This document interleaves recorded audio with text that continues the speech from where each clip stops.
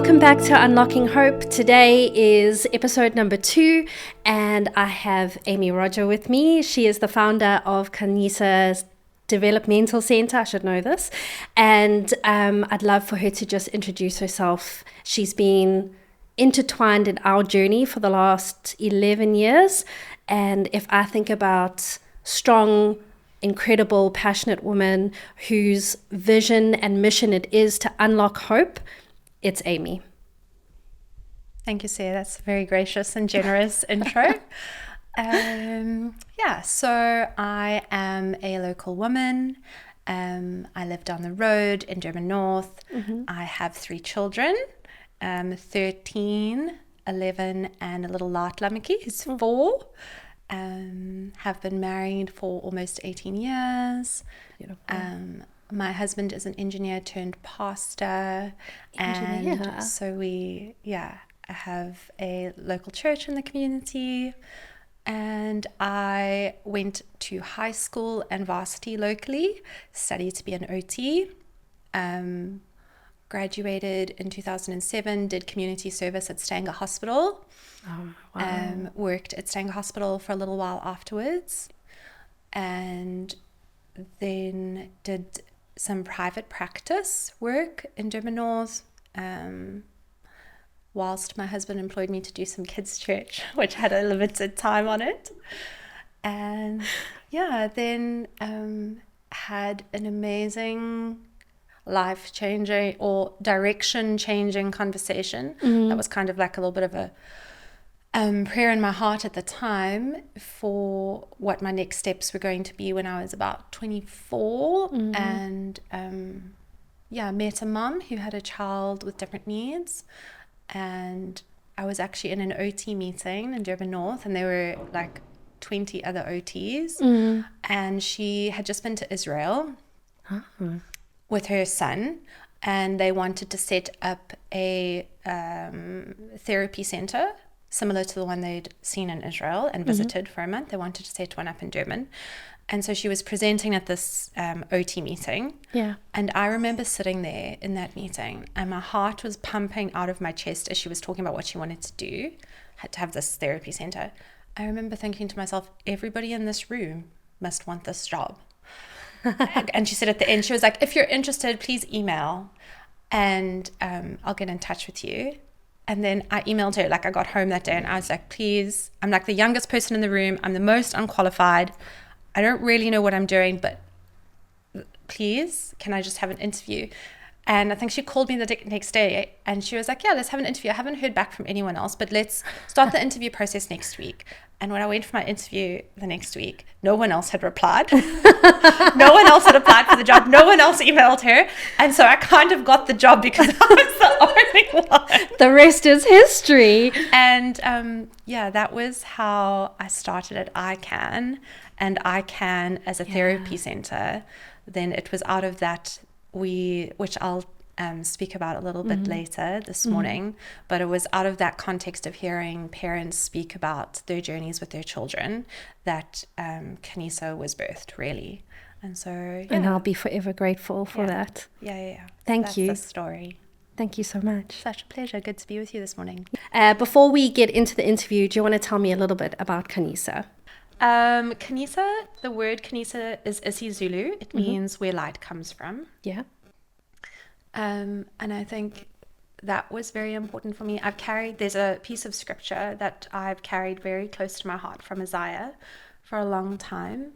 And lots of people, it's quite a well-quoted scripture. It says, let your light shine, or let your light arise. Beautiful. And I think one of the things I'm quite passionate about for seeing in the lives of our students is that people would see their light. And so the name Khanyisa is kind of like a declaration over our students that people would see their light, and what is possible through their lives and around them, and the contribution that they can really make to community, that it's bright.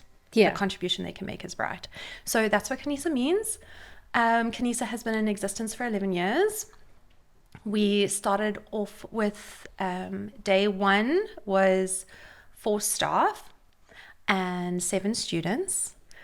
And it really was just we're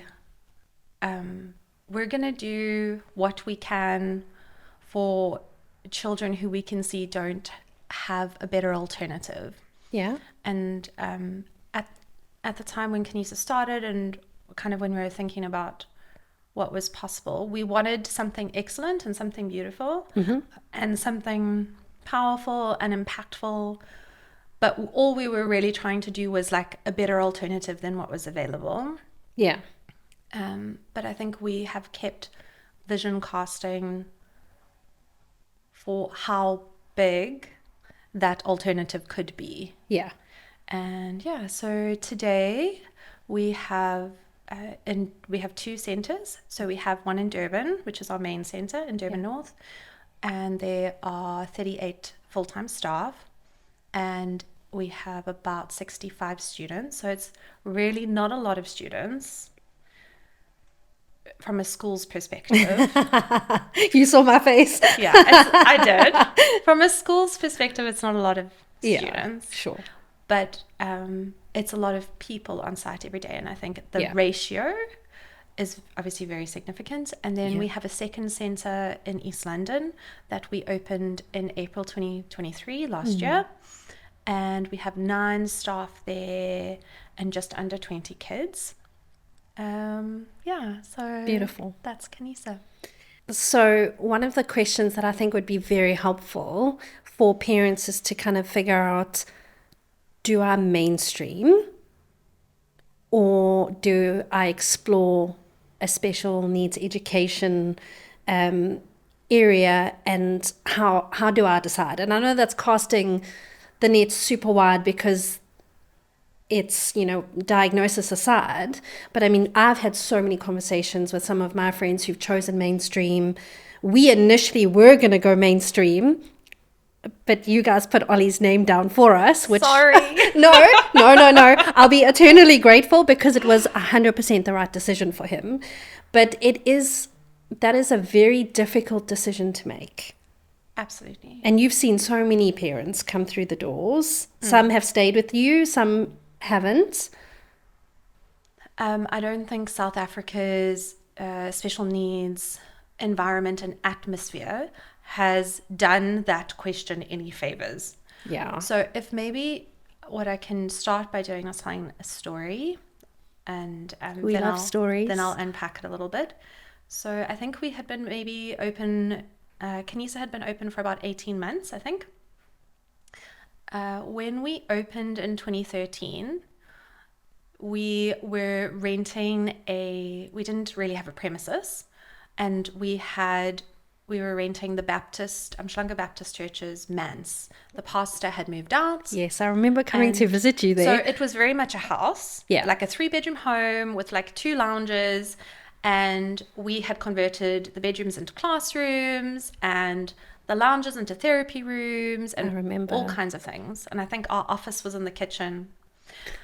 And so 18 months in, like, we're starting to get a lot of interest. We've got quite a few families coming in to see what it's about. But our space definitely isn't school looking. Yeah. It's not necessarily very professional looking. We have no cash flow, no money. I think for the first 3 months of Khanyisa, so my husband's a pastor, and I think the first 3 months of Khanyisa, I was paying the staff salaries out of my husband's pastoral salary. But that's what I love about you. It's tell your him passion. about until later. Anyway, there was no business acumen. No. Back then. It's different now. So anyway, 18 months in, this parent comes in, she makes an appointment to come visit Khanyisa, and she walked in and she looked around. I sat down with her. She asked a few questions, and her son at the time, I think, was about 3.5.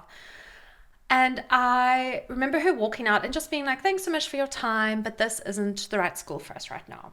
Okay. And she came back and so obviously our environment at the time was unprofessional. We weren't very excellent looking, although we were trying to be on a journey towards excellent. We were untested. We were all quite young.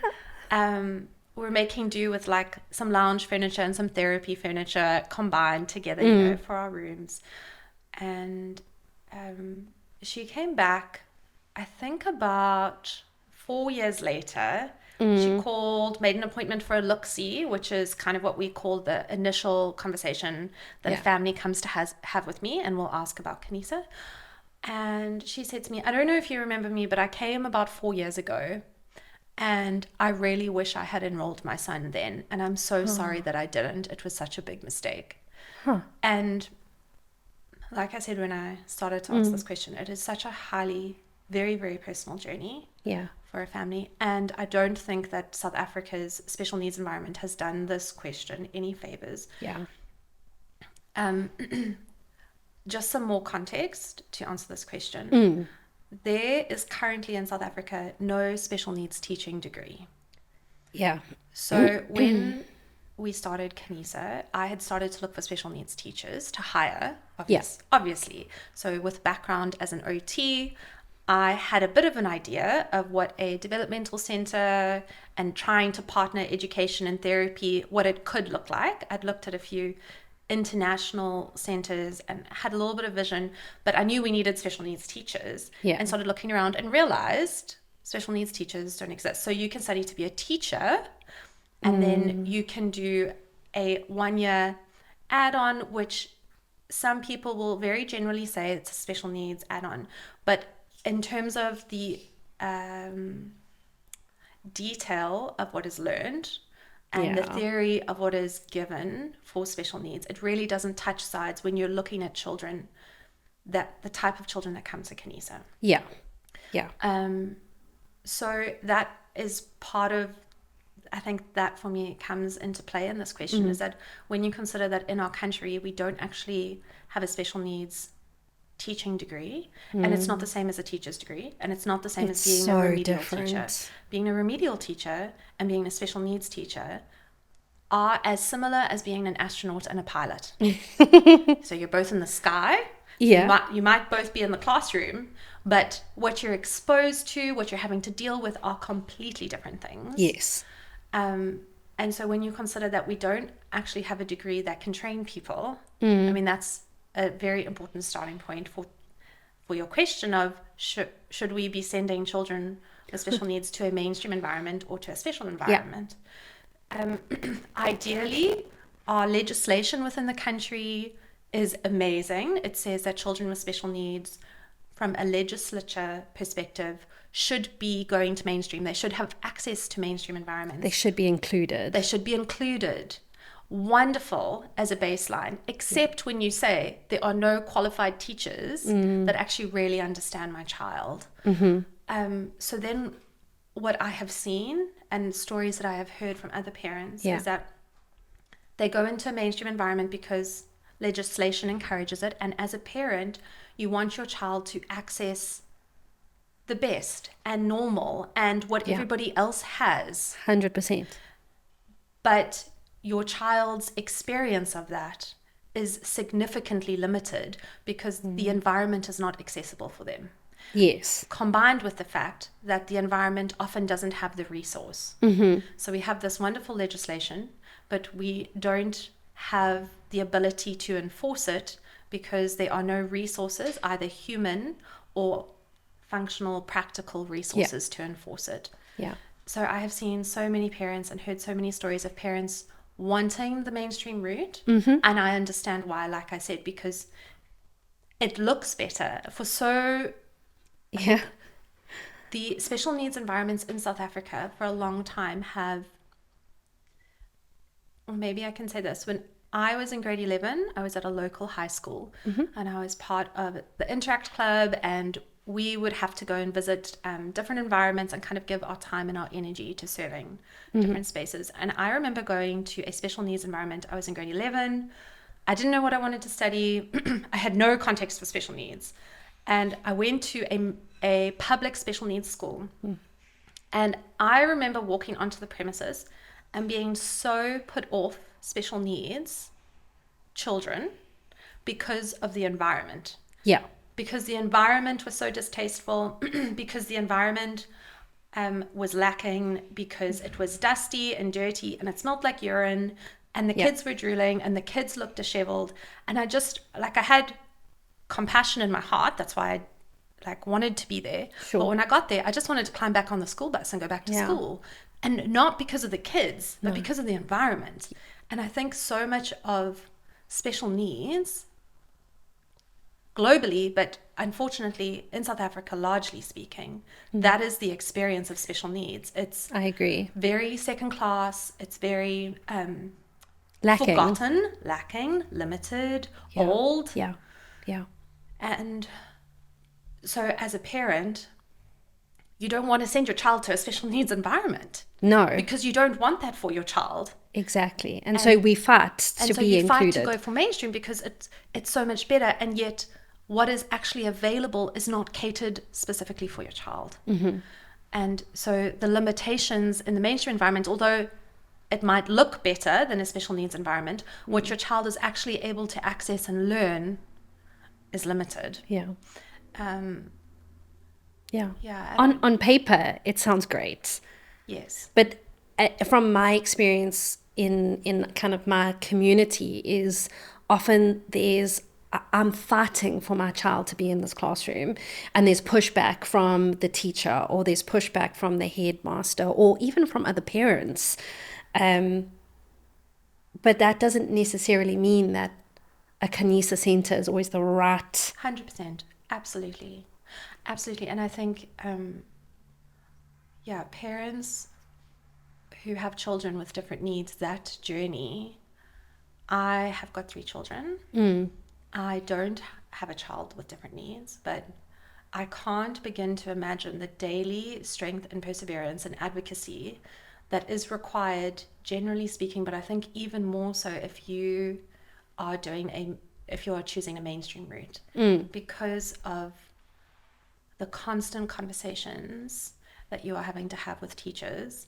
And I just think I can imagine that being quite hard and lonely.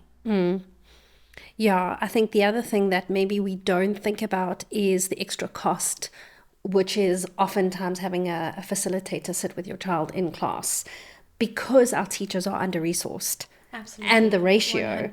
100%. And I will go back to this, just it's become more apparent to me through the last 11 years, and it's a passion area now. And we're actually trying to look at international universities and see how we can facilitate bringing a special needs degree into the country. Amazing. Just because the need is so apparent. And we want, as Khanyisa, we want parents to have an excellent option at Khanyisa, but we want there to be other excellent options, because we can't cater for all the children, for all children and for all the needs that are there. Yeah. But even what I have seen is that as a parent, you go mainstream, you are required to then have a facilitator. And my question would be, what is the qualification of your facilitator? Because if you are hiring a facilitator who is a qualified teacher, that's great. You have someone who can now work one-on-one with your child, but you already have a teacher. So now you have 2 teachers, but neither of them have any different understanding or professionalism or theory of actual special needs. And I will say again, special needs is not the same as teaching. Yeah. And so you might have someone as a facilitator who has a heart and compassion and great passion for special needs and to figure it out and learn, and those can all take you so far. But without the actual knowledge of what is required to work with a child with special needs, I don't know that you're going to see what you want to see in a mainstream environment.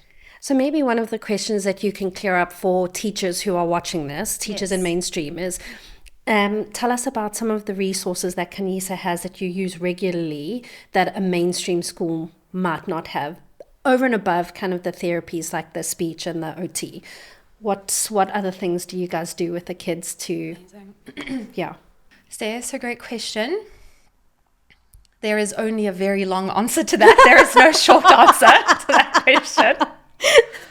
Okay, let's go for the long answer then. The long answer. Again, maybe if you were to think about just a visual answer or practical analogy would be, you have asked, what are the differences that we might use in a special needs environment to teach kids compared to a mainstream environment? Yeah. So visually, if you were to imagine what a cockpit of an aeroplane looks like, hundreds of mechanisms and knobs and dials. My dad is a pilot. I didn't know that. And so I have been in a cockpit numerous times. Okay.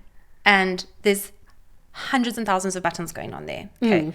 But if you go into a cockpit of a space shuttle, and I have been to NASA, and I have been inside of one, there are millions of knobs and buttons and switches, and not just in front of you, but like rooms of knobs and buttons and switches and dials. And they're two different machines. Yeah. And so again, a mainstream classroom environment is a different machine to a special needs classroom environment. Sure. And both require, in order to be done well, both environments require professional staff members. Yeah. That are differently trained.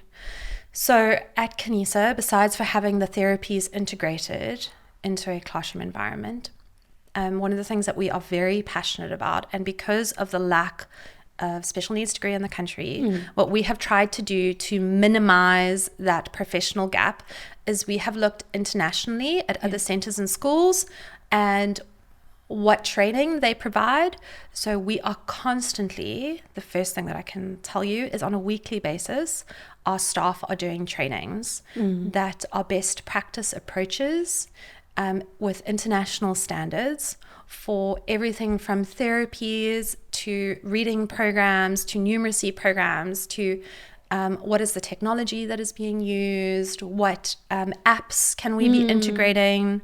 So like we'll use Purple Mash as one of our learning programs, and then we'll get the Purple Mash team to come in and to train our staff. Amazing. And then we'll look at what accessibility is available on apps or on technology. How can we better be using that? So we might be teaching literacy, and in a classroom environment you can have highly creative staff who will come up with the most amazing and fun ways to teach literacy. And in a special needs environment, you need to do that, but on steroids. Yeah. And one of the other things you have to do is you have to have plan A, B, C, D, E, F, G, H, I, J. I have heard this from the teachers. Because plan A doesn't work, plan B doesn't work, and not just plan A for the class, but you have to have plan A for the class and then plan A for Ollie and for Aria, and then plan B, C, D, E for all the different kids them. in the class. And so the diversity of resource that is required and the ability to upskill and downskill and upgrade and downgrade an activity in the moment and be able to go from writing in a sandbox to using glue dots to writing vertically or horizontally or lying on your back or using a paintbrush or going outside to draw, using chalk, using paint, using music, so it was really just endless. We try to integrate technology as much as we can. So we have got communication apps. Again, a lot of children with different needs may not be communicating verbally. And so now you even talk about having a child with different needs in a mainstream environment. All that instruction that is being given in the classroom is relying on verbal communication being the predominant communication strategy. Exactly. But now with a special needs child, that may not be the case. So now even communicating an instruction, you cannot rely on verbal instruction. Only. So we have 3 or 4 different ways of communicating an instruction. So we'll use Makaton, we'll use PEX, we'll use other AAC, we'll use iPads, we'll use facial expressions.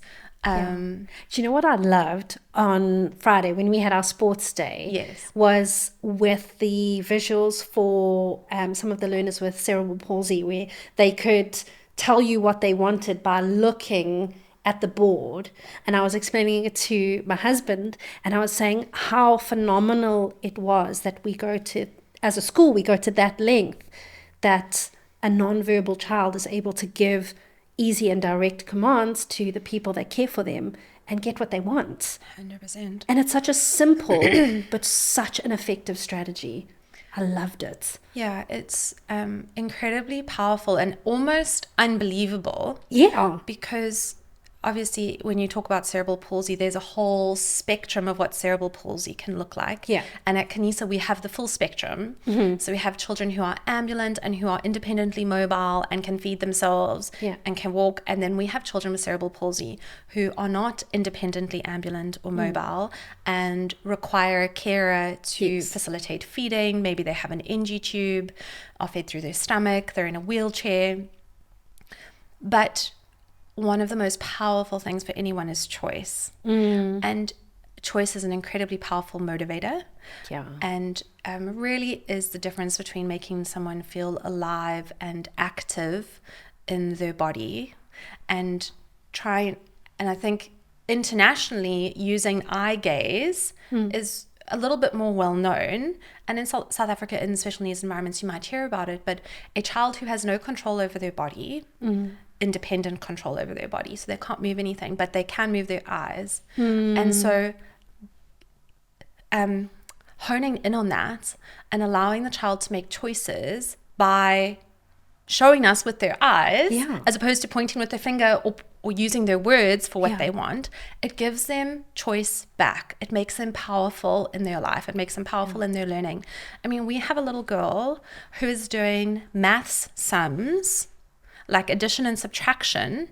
She can't speak.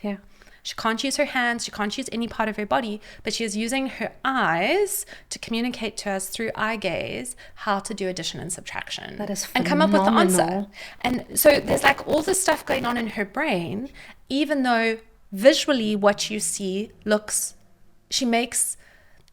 like she is not capable. And yet when you provide a different way, a different resource, that she is able to integrate with, she can show you what is going on in her brain. And I think, just to go back to the original question, mainstream teachers are unbelievable people. Of course they are. And what they, in a mainstream environment, are required to manage and cope with and interact with and provide, and the number of students and what they have to teach is unbelievable. They have one set of skills for a population group. Yes. And different needs is a different population group that requires different skills, different training, and different resources in order to see what is possible and in order to help them learn. And so I think, like eye gaze, you couldn't ask a mainstream teacher to do eye gaze because it requires so much one-on-one training with the child that a mainstream teacher in a mainstream class just doesn't have that time available to them. Even if they had the training, they don't have the time available to sit there and do eye gaze one-on-one with a child. And so in our environment where we have 6 to 8 children and we've got at least 2 to 3 full-time staff in that class, and on top of that therapists, it is almost a 1 to 2 environment, and in some cases a one-on-one environment with trained professionals where they can sit and do that. And so eye gaze is a great example of a very specialized resource or skill that we might, or approach that we'll use in the classroom to harness learning, even where it looks like learning may not be possible. That's beautiful. It's great. Are there questions that parents can ask themselves or think about when they are deciding what school to choose for their children?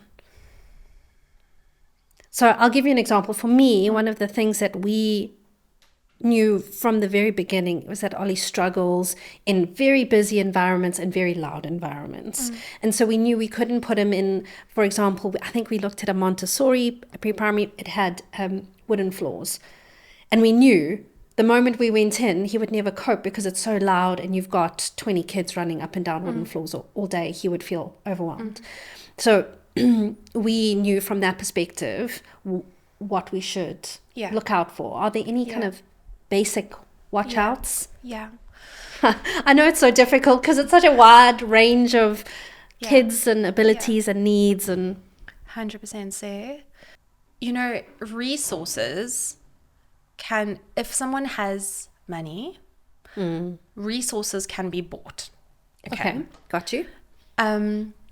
But it's actually more difficult to find people who really know what they're doing with special needs. So even as a OT, so I essentially studied special needs and disability. Yeah. I will tell you, when I qualified and I finished community service and started working in special needs environments, there are many therapists who work in special needs environments. And I hate to throw any of us under the bus, but myself included, early on, you don't actually know what you're doing. Again, there's no special needs degree, like take into context all the things we've just spoken about. And you don't know what you don't know until you're in the environment. Yeah, absolutely. But I would say to parents, find the most experienced people that you can who have longevity with special needs. I mean, that's the context we're speaking to, the population group that we're speaking to.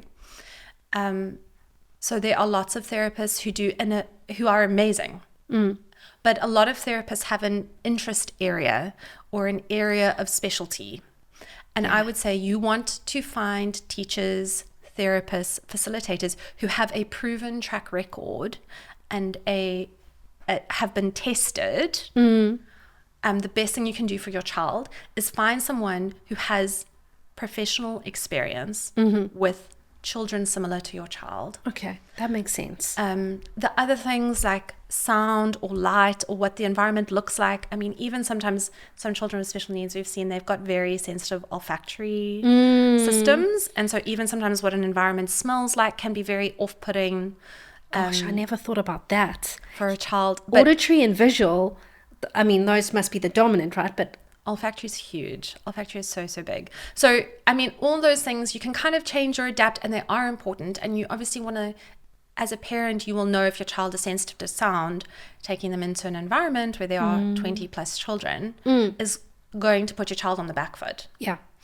But over and above all of those things, if you find a professional who has experience in special needs, that you won't even have to mention that.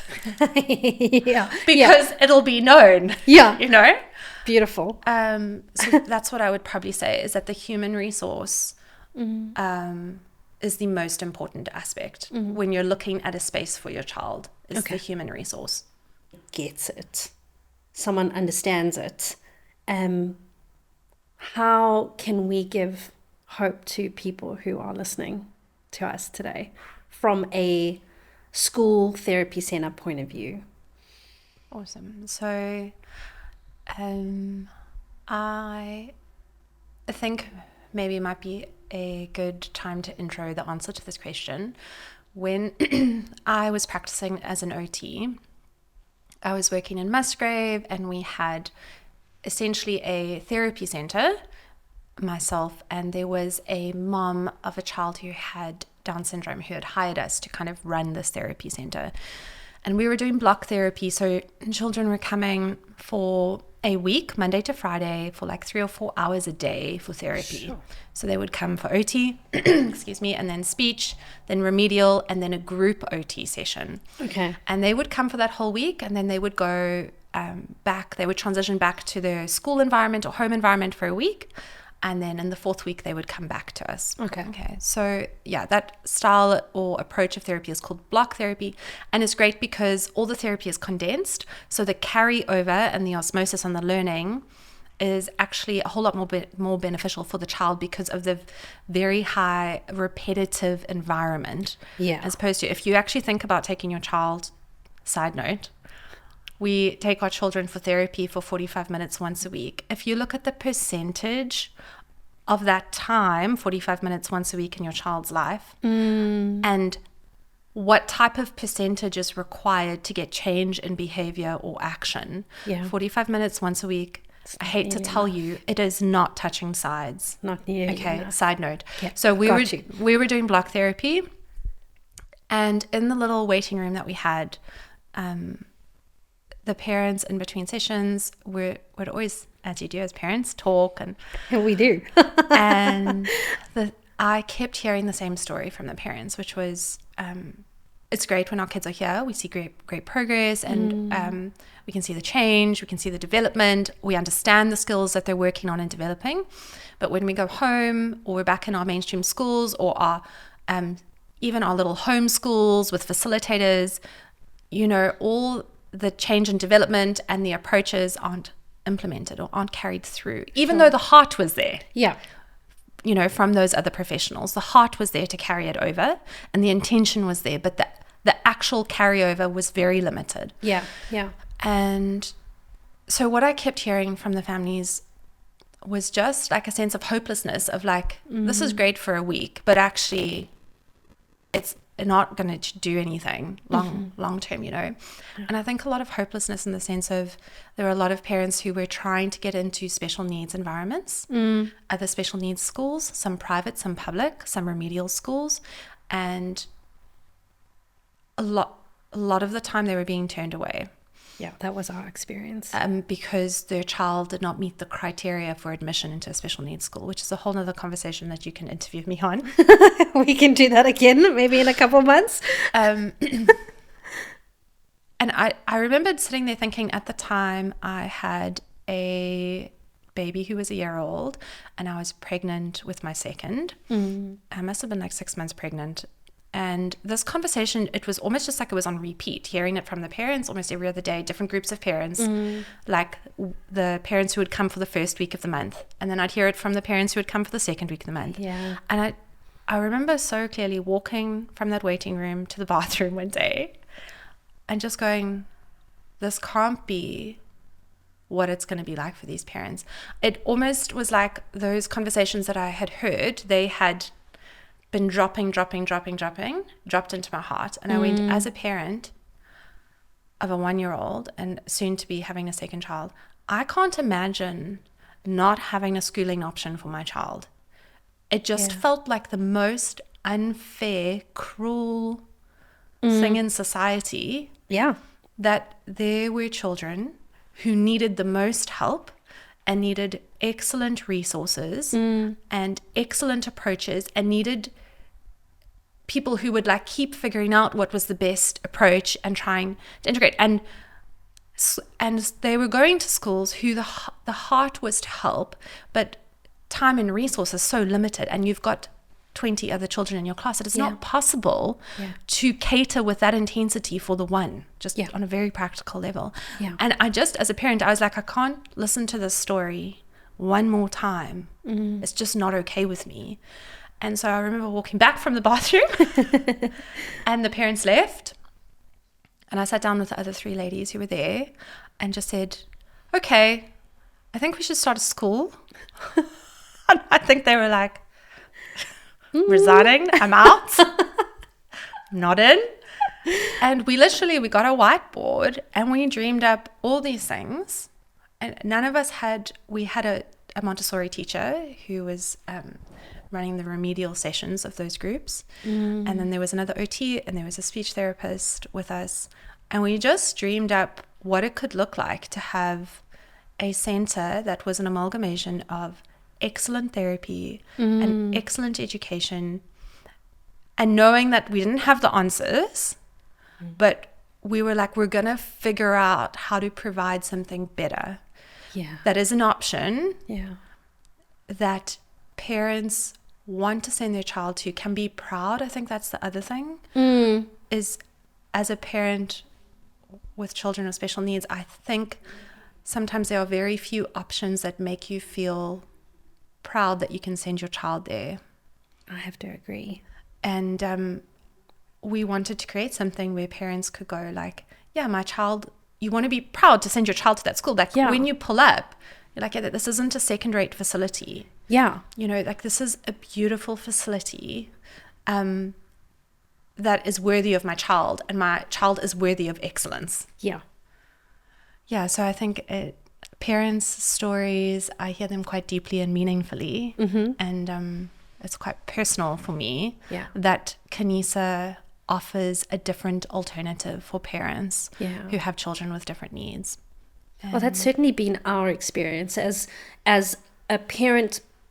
Before we came to Khanyisa, there was phone calls to special needs schools, to mainstream schools, to this center and to that center, and I would say, oh, my son has Down syndrome, and there would be oh, sorry, we only cater to X need, or no, we don't have the resources. And then when we came and we saw how you guys approach everything, it was a breath of fresh air. It was like, oh, you get us, you get our needs, and along the way it was like, we are going to grow with you, and now we're coming to the end of, like, in a couple of years we're going to be, now what's next? And that's also a scary chapter. Absolutely. Which we haven't yet faced, but yes, we're happy to stay there for now. Yes, yeah. One day at a time. Yeah. So I think, to answer your question, I hope that Khanyisa offers hope to parents. And I hope that we offer excellence to parents and to their children. And I would love to see more Khanysas around. So there are 600,000 children in South Africa. There was some stats probably from about 2 years ago, which are the most recent ones I can find. 600,000 children in South Africa with different needs, not in school. And the reason they're not in school is because the criteria that they have, schools won't accept them, or schools don't know how to cater for them. And again, just remember, we're talking about like different population groups here. Yeah, so this is it's not everybody. The schools, yeah, but it's also not, I'm not trying to say it's not the school's fault. Yeah. It's like our fault. We failed as a country, exactly, actually. Because we haven't come up with a solution here. Yeah. And so there's a lot more parents who need hope, and a lot more children who need options for intervention, because the options that are available are too limited or don't cater for their needs. So as my last question, if someone in business is watching this, or a parent who has a child at home who's unschooled and lives in East London or Durban, how can they find out more about you? Where can they find you? How can businesses get involved? Sponsoring? Thank you, Zay. So you are welcome to check out our socials. We've got great Instagram and Facebook presence, Khanyisa Centre, and you can check out our website, khanyisacentre.co.za. Cool. And it's all our info is there. I think pictures speak 1,000 words, and so I think our socials do justice of giving a great picture of what Khanyisa is about and what we do. Otherwise, you're welcome to give us a phone call and come and visit. Drop us an email. Our email address and all our details are on our socials and on our website. And I'll link them all down below. Thank you. Drop us an email. Say you want to come visit. You're welcome to come visit. Have a look around. Ask any questions. Just maybe as a side note, our school fees at Khanyisa are expensive. Yeah. It is one of my personal pet hates. When we started Khanyisa, we had this great grand vision that we could offer excellent intervention with like first class intervention for 1,000 Rand a month, and it just is not sustainable. So the school fees at the moment are in the region of 10,000 Rand a month, and that only covers about 75% of the child's intervention costs at Khanyisa. So on top of that, on a monthly basis, we fundraise for every child an additional 25% of what their intervention costs. And so annually, we have to fundraise just over 1 million Rand in order to stay open. Okay. So we are a registered trust, a registered NPO, and a registered PBO. And we are registered with the Department of Social Development as a developmental centre. So if you are in business, or you know someone who has CSI spend, or if you have access to a trust that you would like to make sure the funds get put to really good use, we have great vision, great need, and we do. You can really be a part of bringing tangible hope and excellence and changing not just a child's life but a family's life, and helping them to make a meaningful contribution to society by partnering with Khanyisa. Amazing. So drop us an email, drop us a message, come and visit. Awesome. Thank you so much for being here today. Thank you, I Sarah. really appreciate it. Thanks. Love to be with you. Hi, thanks for watching this week's episode of Unlocking Hope. If you want to find out more about me, you can see my socials on screen or my website in the comments below. And if you're looking for a way to give back into a community, you can check out Khanyisa Developmental Centre. Their details are also below, and it's a great way to give back into the community.